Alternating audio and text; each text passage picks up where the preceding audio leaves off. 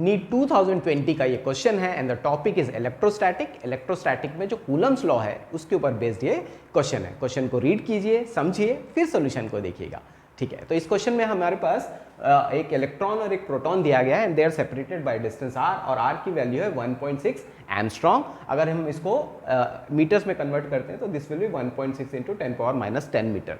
So they are separated by a distance and there is a mutual force of attraction होगा इनके बीच में, जिसके वजह से इलेक्ट्रॉन में एक एक्सेलरेशन प्रोड्यूस होगा। We have to find the acceleration in the electron. तो क्वेश्चन समझ में आ गया। इस क्वेश्चन को सॉल्व करने के लिए सिर्फ दो बेसिक फॉर्मूला आपको याद होने चाहिए, आराम से ये क्वेश्चन बन जाएगा। पहला कूलम्स लॉ का फोर्स का फॉर्मूला, जो कि किसी भी दो चार्ज पार्टिकल्स के बीच में जो फोर्स होता है that is given by F equal to K Q1 Q2 by R square, और फोर्स और एक्सेलरेशन के बीच का जो रिलेशनशिप है that is F equal to ma। अगर हमें ये दो फॉर्मूलाज पता है तो फिर सोल्यूशन आराम से बन जाएगा। तो चलिए सोल्यूशन को देखते हैं। तो अगर ये दोनों चार्ज पार्टिकल्स हैं तो इनके बीच में जो फोर्स ऑफ अट्रैक्शन होगा that is given by F equal to K Q1 Q2 by R square. Q1 Q2 यहाँ पे उनके चार्जेस हैं।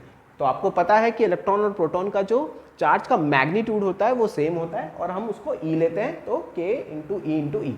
समझ में आया? That is KE square by R square. ठीक है, अब जो फोर्स, इस फोर्स की वजह से जो एक्सेलरेशन प्रोड्यूस होगा that will be given by F equal to ma, because ये जो एक्सेलरेशन है वो इसी फोर्स की वजह से प्रोड्यूस हो रहा है। तो हम दोनों को इक्वेट कर सकते हैं, राइट। तो हम दोनों को इक्वेट करेंगे। तो when we equate this we get this relation MEA is equal to KE square by R square. Now we have to find the acceleration.